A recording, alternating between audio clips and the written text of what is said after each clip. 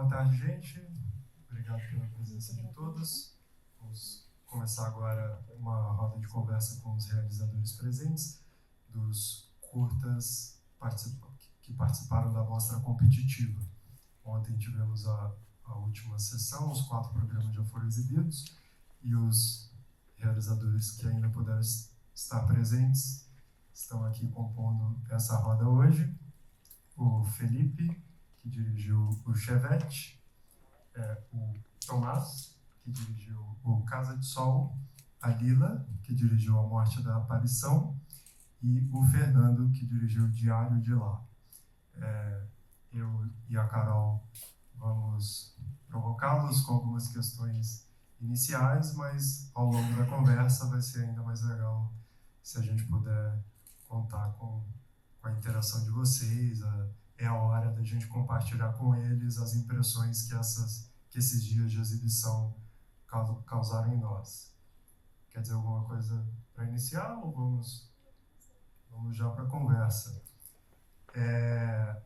Vocês que acompanharam os programas, acho que puderam perceber alguns eixos, tanto estéticos como temáticos, que, com um bom olhar da Carol, a programadora do festival, serviu de agrupamento assim, para os filmes, que eu acho que já dão um bom direcionamento para como nós os recebemos, né? E, por sorte, nós temos aqui um representante de cada um desses programas. Então, o Chevette, dirigido pelo Felipe, estava num programa que condensava alguns filmes de gênero, que atualizavam gêneros clássicos do cinema. O Tomás, com uma ficção cujos protagonistas são jovens, uma história de adolescência, maturidade, amadurecimento, e assim eram os outros filmes desse programa.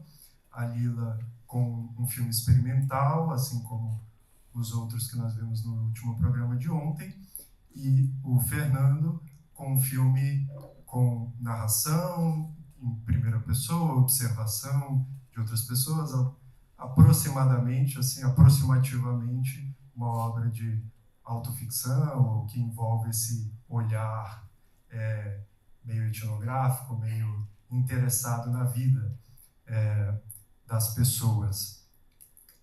Então, isso faz com que nós, como eu disse, tenhamos um representante de cada uma dessas categorias e faz com que os filmes que estão aqui representados sejam diferentes entre si, o que é bom para a conversa, mas com essas semelhanças a começar do momento em que foram produzidos, das condições em que foram produzidos, obras recentes de jovens diretores. Eu pensei em lançar, para começar já uma provocação que levante a poeira, que dentro da qual a gente vai ficar nessa conversa, que de repente cada um de vocês compartilhasse como vocês sentiram o filme de vocês dentro do programa em que ele foi exibido, quais ressonâncias, quais reverberações, ecos, contrastes, dissonâncias. O que vocês acham? Então, a gente pode seguir aqui num sentido horário, começando pelo Fernando. Obrigado por todo mundo que veio, obrigado à organização do festival. Acho que a programação foi toda muito feliz, assim, e muito rica nesses diálogos entre os filmes. E, em particular, né, falando do programa 1, em que a gente exibiu o Diário de Lá, eu acho que é interessante perceber como esses filmes apresentam talvez propostas similares no sentido em como eles se apreendem uma certa autoficcionalidade, se a gente for chamar assim, embora esse é um termo muito vago, né? Mas em como eles apresentam possibilidades, leituras distintas dentro dessa autoficcionalidade, mas também um pouco como, e talvez tem uma professora, que agora me foge o nome, mas que uma vez eu assisti uma aula dela em que ela, na verdade, discutia a ideia de uma alterficcionalidade, e não propriamente uma autoficcionalidade, mas em que outer, não uma ficção normal, mas uma ficção em que fica posta essa enunciação do eu em relação ao outro. E acho que todos esses filmes dessa sessão, no fundo, eles falam muito dos realizadores, mas eles falam, num certo sentido, para chegar numa outra figura, né? Na Dona Sebastiana, na mãe da Laura, no Rosa dos Ventos, no filme do Silvino, é um pouco essa examinação privada através das cartas. Então acho que a gente vai colocando materiais assim, né, enquanto esse eu consegue discorrer a respeito de um outro. E acho que o que eu percebo, né, é que talvez o nosso projeto seja, o Diário de Lá, seja um filme, pelo menos numa primeira leitura, um filme que fala muito, talvez, de uma tentativa de registrar um aqui e agora, né? O que é possível registrar naqueles dias em Melgaço, no norte de Portugal. Então, talvez uma consciência desse presente. E enquanto acho que talvez todos os outros filmes, eles na verdade eles tentam um resgate passado, né? A recuperação de um tempo prévio, assim, seja um passado mais recente, como o da Laura, né, que volta para essas filmagens da pandemia, seja para as cartas do Silvino, ou para uma história ainda mais distante, no caso do Sebastiana. Então acho que a gente pode perceber esse contraste, assim. Acho que isso abre um pouco para a gente conversar.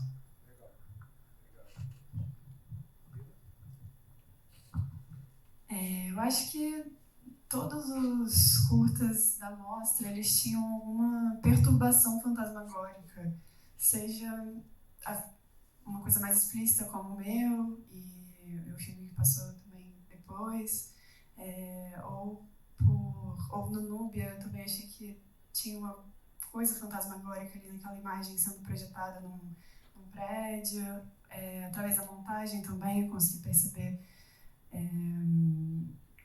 alguma necessidade de criar um link entre coisas que não estão explícitas no tema dos filmes. Então eu acho que isso que me capturou de criar essa junção entre os curtas da mostra.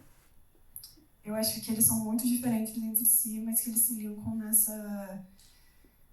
em uma vontade de mostrar uma imagem que não necessariamente está nos filmes.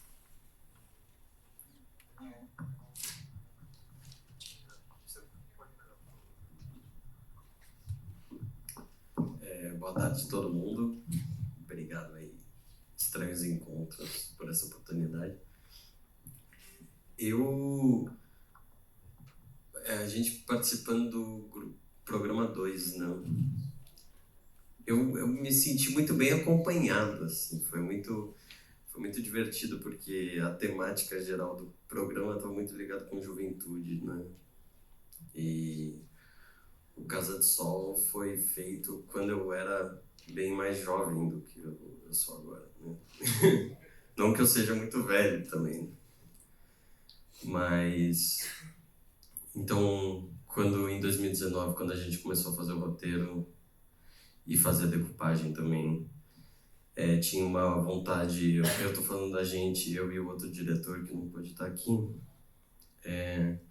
tinha uma vontade muito genuína de fazer cinema, né? E o jeito que a gente encontrou foi contar essa história muito pessoal, né? Às vezes você tá falando da alta ficção, né? Às vezes a ficção que a gente fez é muito mais alto do que uma possível autoficção, um doc, assim. E vendo o filme agora, assim, junto com os outros filmes que falam sobre juventude, eu senti que a gente tem uma vontade, quase como alguém que fotografa um momento, um aniversário, um momento que é importante para si, assim. Eu sinto que aquele momento de escreveu o roteiro, de fazer a decupagem, tinha uma vontade de registrar aquela etapa de perder, de sair da adolescência, de sair da juventude. E ficou muito claro no programa que os filmes não eram só sobre juventude, mas sobre uma certa sensação de deslocamento da juventude, assim, sabe? Uma juventude que mudou muito, né? Se a gente for ver o filme Hair, do Milos Forman, é outro tipo de juventude que está retratada, sabe? Então, parece que a juventude aqui no 2020, assim, é uma juventude toda out of place, assim, sabe? Toda desconectada e tentando, sempre tentando muito, assim. E de alguma maneira se degladiando com isso, sabe? Acho que é isso. Eu primeiramente queria dar coro aos agradecimentos ao festival também, pela oportunidade de exibição, de falar assim, sobre os filmes. Eu acho que é uma pergunta interessante para começar, porque ela nos coloca em dois lugares distintos, pelo menos eu me sinto assim, que é um lugar de realizador e um lugar de espectador, assim. Inclusive, assim, na sessão eu estava muito mais interessado como espectador do que como realizador, porque o meu filme eu já vi 250 vezes, assim, né? Então era muito mais legal, interessante ver os outros filmes em relação ao que poderia estar sendo proposto. Eu acho que a partir dessa questão de gênero, assim, né, de gêneros cinematográficos que a sessão une, né, de certa forma, ali, que são gêneros diferentes, né, entre si, que estão lidando com heranças diferentes, eu acho que tem um eixo para além disso que eu acho muito interessante, que eu sinto que é um pouco essa questão temporal e de herança mesmo, porque eu sinto que o gênero cinematográfico, por natureza, está lidando com o passado, com uma construção, né, que você faz a partir do que já foi feito antes. Eu acho que todos os filmes têm um pouco disso, assim. Eu acho que o Chevette é muito evidente, um filme pautado em anacronismos e coisas assim. Eu acho que o Sedição também é um filme que está lidando com uma época talvez um pouco deslocada e que tem uma tradição de imagens que são meio que particularmente cinematográficas, né? A questão de um matador e coisas assim. Eu acho que o Ataques Psicotrônicos também é muito, né, pautado em herança e pautado em se relacionar com o cinema do passado. Eu acho que todos os filmes, assim, Estrela Brava também, e o Testemunho também, tem alguma relação com o passado. Eu acho que isso, para além da questão do gênero, porque eu acho que todos os gêneros que estão sendo lidados ali são distintos, né? Então, não, a partir disso, puramente, eu não sei se teria uma ligação muito direta, né? Mas eu acho que essa relação de passado, de lidar com heranças cinematográficas e heranças de imagem e tal, eu acho que isso une um pouco o feeling, assim, da sessão. Eu achei muito bonito isso, assim, como espectador. Eu acho que acaba fazendo fluir de uma forma que é mais interessante, assim, né? Porque é uma maneira de você ligar tudo que não é tão intuitivo, né? Mas que eu achei que funcionou muito bem. Foi uma sessão muito, muito legal de participar, assim, muito legal de assistir. Um pouco dessa escolha de exibir curtas e uma competitiva, para mim, pelo menos, parte de um lugar que o mercado de curta no Brasil é uma coisa muito específica e interessante, né? Por um lado, muita gente faz curta na faculdade, como é o caso de vocês dois, né? Por outro, acaba tendo... Eu não sei, o seu foi pela FAP ou foi por fora? Foi depois? Foi por fora. Ah, tá. Enfim. Tem muito edital e acaba tendo uma dificuldade de exibir esses filmes, tem festivais específicos como aqui no Fórum, mas também tem... Enfim, é todo um ambiente interessante de se pensar. Pensando nisso, eu queria que vocês falassem um pouquinho sobre como foi a produção. Acho que a gente tem casos bem diferentes de realização de filmes aqui, onde nascem esses filmes materialmente, a materialidade desses filmes, de onde vem. Pode seguir a mesma ordem. Bem, o Diário de Lá, ele parte, né, de um lugar bem específico, que é de uma residência cinematográfica de um festival. Então, para todos os efeitos, né, ele é uma produção portuguesa, inclusive, né? A gente entra, já é uma produção luso-brasileira, mas a produtora em si é a Associação ao Norte, que é uma associação lá de Viana do Castelo, no norte de Portugal, e esse filme nasce como o resultado de uma residência de 10 dias no Festival Internacional de Documentário de Melgaço, para o qual a gente se inscreveu e recebeu uma bolsa, né, para fazer o filme. E a dinâmica é 10 dias em Melgaço em julho de um ano, no caso julho de 24, em 3 pessoas, né? Então, um realizador, uma pessoa no som direto e uma pessoa na fotografia. E aí essa equipe de 3 pessoas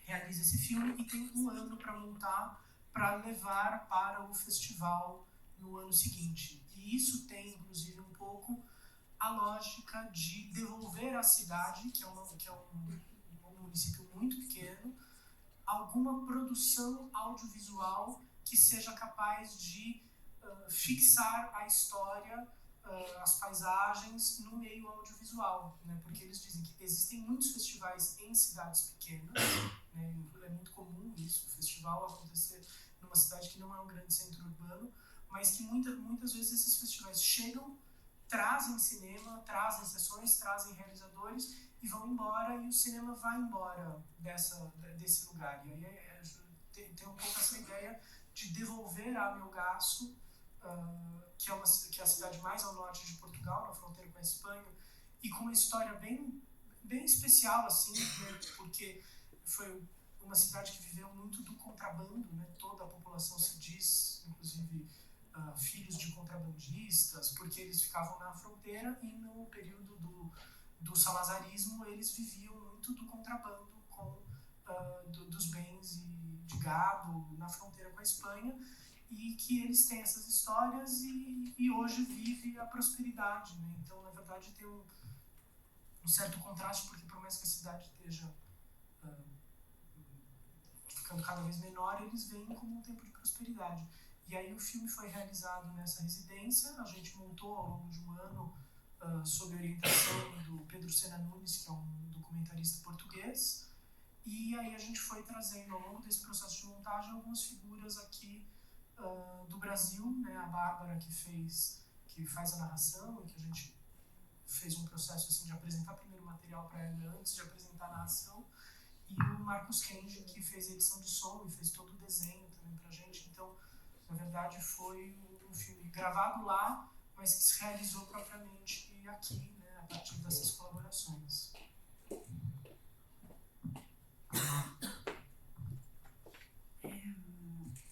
O A Morte da Aparição, ele começou com uma ideia que eu não necessariamente iria levar para a faculdade, mas calhou que a minha última matéria que eu tinha que fazer na faculdade era para realizar um filme, e na verdade era uma matéria de documentário. Então a ideia inicial é que o filme ele teria um quê a mais de documentar as borboletas, assim. Isso acabou se tornando uma ficção. E aí eu acabei levando para a faculdade, né, e tendo que defender a realização do filme. E acabou que o período era muito curto e algumas coisas foram filmadas durante essa matéria e tiveram orientação de um professor e etc. Mas a gente acabou filmando coisas depois também. E o filme foi feito no Parque Nacional de Itatiaia, e eu tenho uma relação... no Parque Nacional de Itatiaia e em Petrópolis, eu tenho uma relação pessoal com o parque, que eu cresci lá. Então, até isso que vocês estavam falando da autoficção, o filme não é uma autoficção, mas acho que principalmente quando a gente está no início da nossa produção, a gente acha que a gente está falando de outra coisa, mas a gente também, de alguma forma, está falando sobre nós mesmos, né? E como eu cresci nesse espaço, nessa floresta, né? Tem a ver comigo também. E aí a gente foi nesses lugares, tanto em Itatiaia quanto em Petrópolis, que a gente fez a maior parte das filmagens com as borboletas, num borboletário em Petrópolis. Porque a gente ficou com essa imprevisibilidade. E se não tiverem borboletas, como a gente for filmar, como a gente vai conseguir essas borboletas, né? A gente acha que vão ter borboletas, mas a gente não tem certeza. Então a gente foi pro borboletário para ser uma coisa mais planejada e mais certa. E aí depois, a gente apresentou uma parte desse material na faculdade, mas aí depois a gente fez essa segunda etapa de filmagens, e a montagem demorou bastante para fazer essa montagem, porque a gente filmou em em fitas também. O filme foi... A gente filmou com câmeras de fita, então tiveram algumas questões com o material que precisou... Tiveram alguns defeitos com as fitas, com algumas coisas. E aí calhou de que também na cidade de Itatiaia estava tendo um edital da Paulo Gustavo. E aí eu entrei com um pedido também para ganhar uma parte pequena, assim, porque é uma cidade muito pequena e que não tinha nenhuma produção audiovisual. E aí eles fizeram pequenos, eles dividiram o total que tinha de recurso para a cidade em pequenos prêmios. E aí eu peguei uma parte para fazer essa finalização e eu fiz a montagem e usei para a parte de som e para consertar essas questões que tiveram com o material. E foi isso, foi um processo bem longo para terminar, para chegar no resultado final. E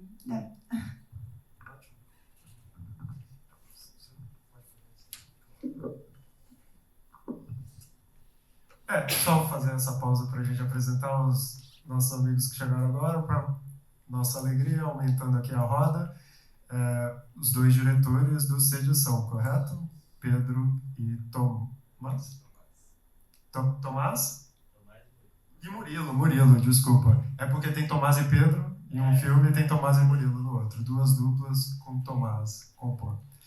A gente está seguindo aqui a roda para falar sobre o processo de produção dos filmes e logo após o Casa de Sol, então a gente ouve sobre o Sedição. Mas vamos ouvir sobre o Casa de Sol. Eu sou Tomás também. Bom, a produção do Casa de Sol, então essa coisa de ser universitário, né, ou não ser universitário, quando a gente começou a trabalhar na ideia, eu ainda estava na universidade e estava gravando meu TCC, assim. Então foi num pique muito forte da animação de estar... O TCC era meu primeiro filme, então eu falei, vamos... Em paralelo eu estava fazendo esse outro filme que é o Casa de Som. Aí chegou a pandemia, né? Então a gente ficou uns 2 anos aí parados. Em 2021 a gente decidiu voltar com o processo e foi esse filme que a gente gravou aí seguindo todos os protocolos e tal. E a gente tava muito num pique de que dava para fazer cinema de qualquer jeito, assim, se a gente tivesse uma câmera a gente ia conseguia fazer. Então, só para vocês terem uma noção, os protocolos de Covid, de teste rápido, sabe, esse tipo de coisa, foi 1/3 do nosso orçamento, né? Só para pagar o teste para todo mundo. E essa coisa que dava para fazer um filme de qualquer jeito, assim, também a gente quebrou a cara, né? Porque o filme precisa de cuidado, né? As pessoas precisam de cuidado, não é só isso. Então foi uma primeira experiência, assim, de fato levantar tudo do filme sem a faculdade ou sem um outro auxílio, assim, sabe? E quebrando a cara no meio do caminho. E a gente também teve que aprender muito a dividir, a compartilhar o filme com as pessoas, sabe? Porque a nossa tendência era querer fazer tudo sozinho, por não ter dinheiro e por não ter nada, né? Então, mas a gente entendendo que quanto mais gente a gente chamava para a equipe, mais fácil ficava de fazer aquilo. Então, o fotógrafo achava uma puta locação legal para gravar e tal. E ao mesmo tempo foi uma baita diversão, assim, a gente estava se divertindo muito, era realmente a gente estava fazendo meio que tudo em cima da hora, uma semana antes, procurando locação, sabe, e pegava a câmera e viajava para gravar externas, um rolo B, assim, né, vamos assim dizer. Então, foi um processo muito, muito livre de produção. e que no final, por ser muito livre, a gente teve que quebrar a cara de novo na montagem, né? Tava livre demais. E é isso. Olá pessoal, perdão o atraso. Tô meio sem voz, mas eu vou tentar dar o meu máximo aqui. Eu sou Murilo, diretor de edição, junto com o Tomás. Eu acho que o processo de edição ele começa lá em 2021, quando a gente se reúne para querer fazer algum filme para escrever em edital. Então a gente já estava com essa mentalidade, a gente quer fazer um projeto para tentar conquistar algo em edital e produzir a partir disso.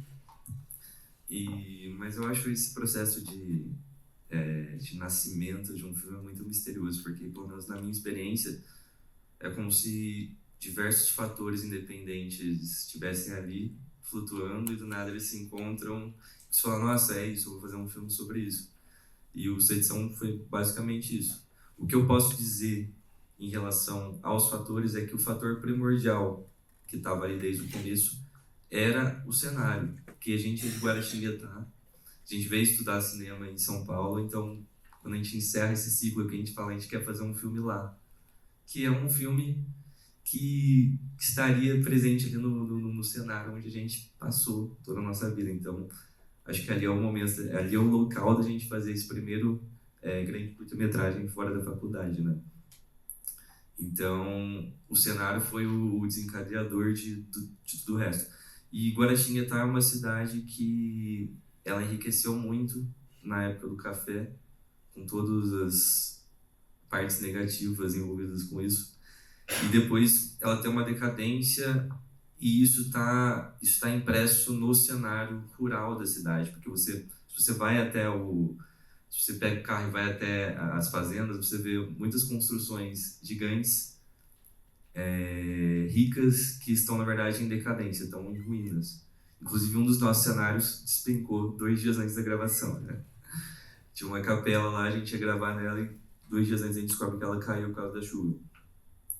Então, esse cenário criou deu essa abertura de tipo assim, nossa, existem também essas ruínas na nossa sociedade hoje em dia, nesses personagens que estavam lá no passado, que continuam aqui presente hoje em dia, só que com uma outra roupagem. Então o cenário trouxe essa temática para o filme e a partir daí a gente começou a desenvolver. E como a gente queria também pensar numa linguagem, porque quando a gente pensa, vamos fazer um filme no interior, em Guaratinguetá, a gente pensa também no público dessa cidade. Que público é esse? O que eles querem assistir? E a gente acaba caindo numa linguagem uma narrativa mais tradicional. Então, assim, ok, a gente já tem o cenário, a gente tem a temática, vamos construir uma narrativa em torno disso, pensando nas pessoas de lá, o que elas querem ver. Pelo menos para mim, o que eu pensei muito foi o meu avô, que assim, desde criança ele matava a aula para ir no cinema, assistir filme de faroeste. Então, assim, esses fatores vão surgindo e do nada se encontram para formar esse filme. E aí surge também a parte da capoeira, que eu vou deixar para o Tomás falar, que ele é um capoeirista. Valeu, gente. Desculpa atrasar. É isso, o filme surgiu por causa de Guaratinguetá, né? E o Murilo já trouxe essa coisa do faroeste, a ideia de fazer esse filme de uma versão um Capitão do Mato, só que não é no passado, mas também não é agora. A gente deixa esse tempo meio anacrônico e misto do filme, porque é uma história ainda muito presente ali na região e, né, no Brasil todo. E, pô, é isso, eu sou da capoeira, então eu tendo a colocar a capoeira nos meus projetos mesmo, sem querer até. Eu gosto de tentar trazer a capoeira para o cinema, acho que é muito importante tentar retratar mais essa cultura, audiovisualmente falando, porque a gente tem muito pouca mesmo referência de filmes que tenham capoeira, cena de capoeira, são pouquíssimos. E o Murilo trouxe essa coisa do Capitão do Mato, eu já falei, nossa, Capitão do Mato, capoeira super encaixa, a gente juntou a narrativa e chamamos um mestre daqui de São Paulo, que é o mestre Zelão, é ele que está tocando no filme. E, enfim, virou essa junção dos fatores todos, né, chegaram no filme. Falar um pouco da produção também, que a gente, você falou, né, a gente começou lá em 2021, a gente tentou os PROACs, aí não deu certo com os PROACs, 2 anos da gente quase conseguindo, até que de repente surgiu o edital da SPCine e finalmente o filme passou, aprovou. A gente fez audiovisual na USP, então toda a equipe do filme também eram amigos nossos, que a gente já conhecia, o pessoal lá daqui mesmo de São Paulo, mas que a gente levou todo mundo lá para Guará, hospedamos todo mundo lá no sítio e tal, foi legal. E uma produção grande, né? Foi essa primeira curta que a gente fez fora da faculdade, com edital, né? Com algum dinheiro digno para fazer. Ainda assim, o filme ele é meio megalomaníaco, porque a gente foi em um monte de cenário, né? Rodou bem a parte rural lá de Guará, mas foi bem legal de fazer também. E a equipe toda trabalhou super bem, a gente teve um set legal, assim, foi bacana. Acho que é isso, não vou estender muito mais aqui. Muito bom. Não mudei de lugar, não. Mas acho que quanto ao Chevette, assim, eu acho que é o único filme aqui que foi de fato feito dentro do sistema da faculdade, assim, foi o nosso trabalho de conclusão de curso. E acho que é interessante, porque isso resolve duas grandes questões de produção, né, que é a equipe e equipamento, assim, a gente usou pessoas da faculdade, que está ali voluntariado ou se formando com filme, e equipamento que a faculdade disponibilizou pra gente também, assim. Mas acho que a grande dificuldade do filme, assim, era a questão de locação também, assim. O filme ele não repete nenhuma locação, a gente fica andando. Então, essencialmente, a gente tinha que ir para pôr 4 lugares em um dia para gravar, assim. E acho que essa foi a maior dificuldade de produção mesmo, mas ao mesmo tempo era um esquema assim de, pô, a gente tem aqui um equipamento para usar, a gente tem as pessoas e tal, mas não dá também pra gente manipular muito, né? Então, era um método de filmagem na maior parte das externas, né, que eu acho que são ali por pelo menos uns 60%, 70% do filme, era meio ali chegar e filmar mesmo, assim, a gente tinha... Foi um processo longo, por ter sido um processo assistido pela faculdade, né, de trabalho de conclusão de curso. Ele durou ali, antes da filmagem, a gente teve tipo 6 ou 7 meses de produção, assim. Então deu para ter uma cadência de paciência, assim, de ir trabalhando o filme criativamente e de forma logística também. Então isso nos permitiu ir planejando ali e tal. Então foi muito trabalho de pesquisa e eu puxei muito pro meu lado também, porque isso não dá para traduzir do filme, mas ele foi inteiramente gravado num raio de 5 km da minha casa. Então, assim, porque um ímpeto, assim, da produção do filme era querer retratar a cidade de São Paulo através de uma perspectiva bem bairrista, assim mesmo, sabe? De não ir para grandes centros da cidade, de ser uma coisa do bairro, da região residencial e tal. Então, a gente ficou muito, assim, andando de carro, andando pelo Google Maps, assim, falando qual é a rua que a gente vai gravar, assim. Então, era uma coisa meio de encontrar ruas que traduzissem a ideia que a gente queria passar no filme, de ficar vendo pelo Google Maps ali e falar, pô, qual ângulo é legal aqui e tal. Eu acho que foi muito esse estudo, assim, de espaço e um estudo de horários e de possibilidades do que daria para fazer, assim, com aquilo. E foi muito difícil gravar na estrada, assim, porque um risco que a gente tomou, assim, isso é mais uma história engraçada do que algo que eu acho recomendável, porque foi um pouco irresponsável, assim. Porque o nosso ator, um grande ator, Renan, que participa do início ali do filme, ele não é um ótimo motorista, assim. Então a gente pegou ali o carro de 1976 e deu na mão dele para dirigir no trecho de volta da Imigrantes. E deu certo, assim, mas acho que foi uma parte emocionante, assim, da gravação. Mas deu certo, acho que é isso, assim, mas... Foi uma produção relativamente tranquila, acho que muito por causa do tempo e das coisas que já nos eram garantidas. Assim, mas é isso. Por pouco não se tornou outro filme, né? Entendi. Acho, e fica ainda mais legal agora com essa roda aumentada, a gente tem mais filmes para provocar aqui o que a gente tem a dizer. Acho que é algo em comum e que chama atenção é o fato de, sendo filmes todos de jovens realizadores, ao mesmo tempo eles representarem essa busca por algo que está antes de nós, né? Uma espécie de busca por origens, sejam geográficas, sejam estéticas, na formas, a busca, a revisita a formas já consagradas, clássicas, a gêneros estabelecidos. O Chevette faz essa espécie de subversão do gênero do road movie, conseguindo ser ao mesmo tempo um road movie, um filme muito paulistano, que mostra muito os interiores dos bairros. O Diário de Lá faz essa revisita a esse lugar que representa no nosso imaginário a nossa origem como país, Portugal, e ao mesmo tempo as histórias que as pessoas que estão lá e que estão num lugar recôndito de Portugal, as histórias que elas têm a contar sobre as vidas delas. A Lila contou sobre como tem esse ímpeto algo biográfico, algo autoficcional no gesto inaugural de ir até aquele lugar, filmar aquele lugar que foi importante na sua vida. E o Casa de Sol, sendo esse filme de amadurecimento, de juventude, mas que está fazendo, eu arriscaria dizer, uma releitura de um mito grego, não? O protagonista se chama Ícaro, tem essa alusão, é uma espécie de Ícaro que consegue habitar o sol, consegue fazer essa casa de sol, ao contrário do Ícaro, filho de Dédalo, né? Enfim, seja como for, tem essa ressonância com uma história arquetípica, mítica, antiga, que dá estrutura para o nosso imaginário, e o Sedição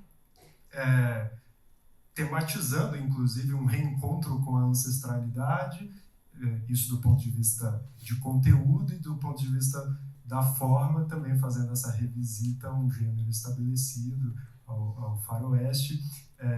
Eu faço esse panorama para perguntar que lugar, então, essas revisitas, esse olhar para o passado, para as origens, tem para vocês como criadores.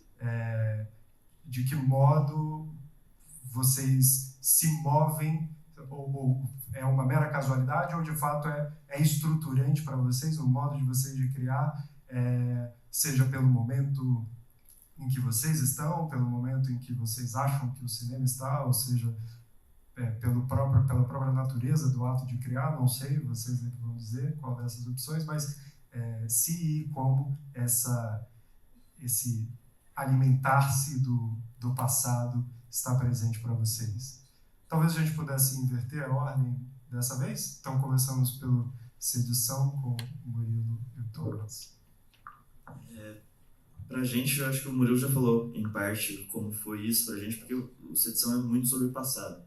As ruínas ali de Guará já motivaram a ideia da própria produção do filme, essa coisa de caçar essas fazendas históricas lá e ver essa capela em ruínas, e ter uma história que parece passado, mas aí a gente coloca lá um carro, tem as torres de energia, é uma história atual, num cenário atual, só que com temas e coisas antigas, né? Então ela é um filme muito sobre o passado, ainda mais, eu acho que a gente sentiu essa falta de representar Guaratinguetá e a nossa região, Vale do Paraíba ali, no cinema, que é uma coisa que a gente sentia que a gente via pouco, e aí ver essas paisagens no filme, tem ali até esse passado mesmo da paisagem, eu acho que o filme traz. E, bom, é isso, eu acho que o Sedição ele se alimenta muito dessa história do passado, e a coisa de trazer a capoeira também acaba caindo exatamente nesse lugar de a transformação do protagonista se dá meio ali naquela roda, naquele jogo, e acho que é um filme que está muito tematicamente nisso, de trazer o passado à tona e mostrar o passado no agora, assim. Até os personagens, por exemplo, no roteiro a gente nem deu nome para os personagens, era só tipo senhor, feitor, senhora, sabe? Porque tinha essa coisa de serem meio figuras impessoais, não era tipo fulana, mano, é aquela figura histórica ali, sabe? Então, é isso, o filme se baseou muito nessa história, nessa relação com o passado.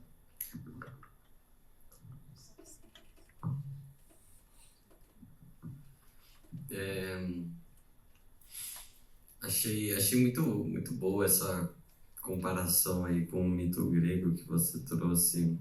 Eu vou abrir o jogo aqui, a gente nunca tinha feito isso, essa ligação, né, que o Ícaro, ele tá numa casa de sol, né? Então, maravilhas da crítica cinematográfica, e obrigado por criar a linha que a gente estava buscando, assim. Mas essa minha relação com o passado, depois eu fui adentrar muito na cultura grega, especificamente o último filme que eu gravei é a adaptação de uma tragédia chamada Alceste, do Eurípides. Então a coisa estava ali, né? Essa sementinha com essa conexão tava ali. Mas eu acho engraçado no Casa de Sol, pensando que eu acho que eu acho que tem muito pouco, tirando esse nome, né? O nome da personagem é Eva também, né? Super, super mitológico, assim. Cosmogônico, né? De alguma maneira. Mas é um filme que eu tava sentindo enquanto a gente tá fazendo que era muito presente, um filme muito presentificado, assim. E uma tentativa de reter esse presente, que é uma experiência muito fugidia. E uma das referências que eu e o Pedro a gente tinha era uma obra de arte, não sei se não é bem uma escultura, mas é uma obra do Nuno Ramos, que é um artista plástico, que ele fez do lado de uma estrada, assim, estrada aqui do estado de São Paulo, tinha vários postes de luz em círculo e eles estavam iluminando o meio. E no meio não tinha nada, né? Então a gente estava tentando reter isso, sabe? A construção narrativa do filme era como se a gente estivesse bordeando algo que escapa, algo presente que foge, né? Acho que é um pouco isso.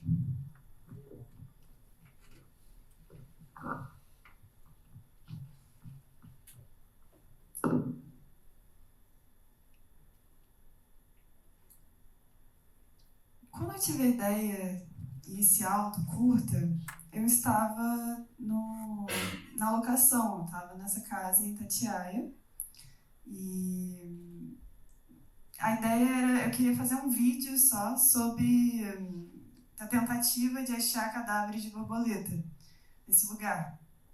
E isso não tem a ver com a minha história, isso não tem a ver com uma coisa muito pessoal, assim, da minha história. Mas eu acho que a ideia de acabar filmando nesse lugar e a temática do filme, que é, para mim, o filme é muito sobre o esquecimento e sobre lidar com as imagens escapando, né? Com a idealização, com a fantasia. O filme ele foi uma mistura dessa ideia dos cadáveres das borboletas com um texto que eu li na época do Didi Huberman, chamado Falenas, que ele faz uma comparação da criação das imagens com o bater das asas das borboletas. E esse lugar onde eu filmei é o lugar que eu cresci, então de alguma forma eu não moro mais lá, então isso está relacionado ao meu passado e a uma imagem de um lugar, né? Então, não está relacionado também com a cidade de Itatiaia, porque esse lugar,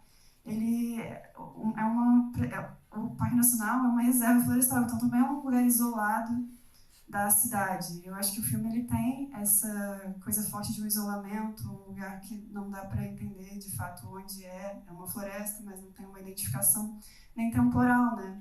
As roupas não tem muito, não dá para entender muito bem de onde é isso, né? E essa é a relação pessoal, acho que é relações minhas com a ideia do esquecimento, a minha relação com as imagens e querendo retratar de alguma forma esse texto. Eu não achava que eu estava falando sobre uma questão pessoal minha, eu achava que eu estava falando desse texto, mas de alguma forma isso está relacionado comigo ao fazer esse movimento de filmar no lugar que eu cresci, né?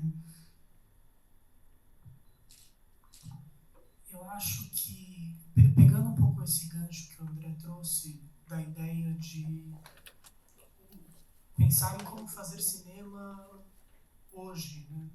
no contemporâneo, acho que é inevitável não ter algo de um processo citacional na confecção de uma obra hoje. Assim, acho que ninguém tem a ilusão de conseguir criar algo a partir de nada, assim. Acho que a gente sempre está permeado por essas outras imagens, outras histórias, e no meu, particularmente assim, meus filmes usualmente eles sempre tiveram uma coisa de referenciar obras literárias e um pouco assim, não propriamente fazer adaptações, mas pensar nessas histórias, citá-las abertamente, e um pouco minhas ficções todas anteriores tinham um pouco disso.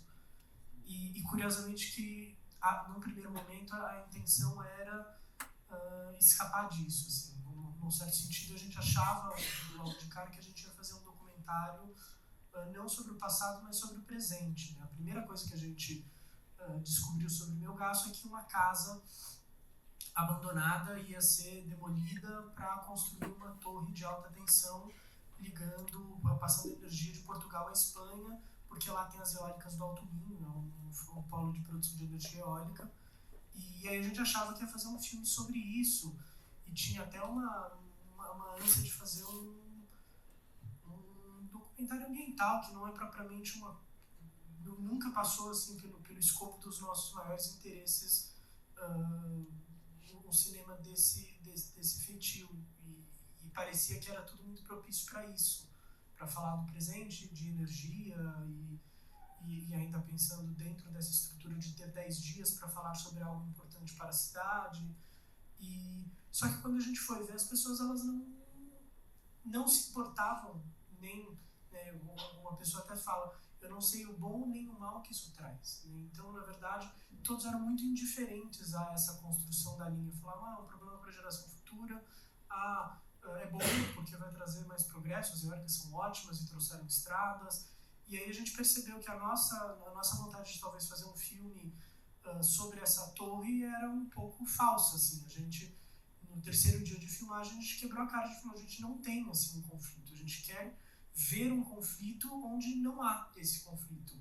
E isso aí a gente foi rever esse olhar e esses depoimentos, porque na verdade o que eles queriam falar era sobre as transformações da paisagem, e pegar essa paisagem como uma perspectiva afetiva, né?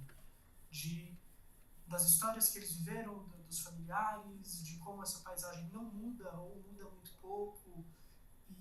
E aí ele foi trazendo esse passado, né? Essa fixação das memórias das pessoas. E aí quando a gente foi revisitar esse material, a gente que também achava que ia fazer talvez um documentário mais contemporâneo, e não que ele não seja contemporâneo, mas a referência principal para a montagem foram os diários de viagem dos anos 60, né, do Chris Marker, da Inge Varda. Então o Visage, o que a Inge Varda depois faz no Visage Village, mas lá atrás, naqueles filmes que ela faz do Kurt Lacote, e depois no filme que ela faz sobre os castelos, né, a gente tentou trazer um pouco disso, né, o Cartas à Sibéria, essa ideia de uma narração. Aí a gente trouxe uma música completamente anacrônica, né, uma peça brasileira do Alberto Nepomuceno, que inclusive chama Segue Brasileira, e que a gente achou que tinha algo de irônico em colocar uma peça erudita que chama Segue Brasileira, num filme inteiramente sobre Portugal, e pegar esses elementos e no fundo fazer esse filme que, assim como essas histórias, ele fosse meio anacrônico, assim.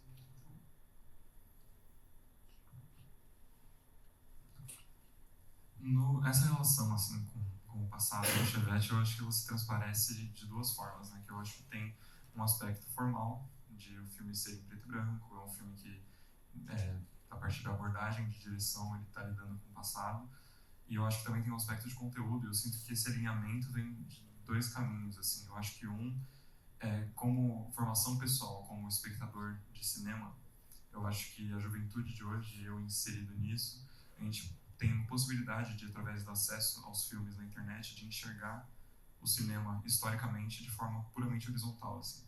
Não há diferença em assistir um filme feito em 1920, 1960 ou 2025 pelo meu computador, entendeu?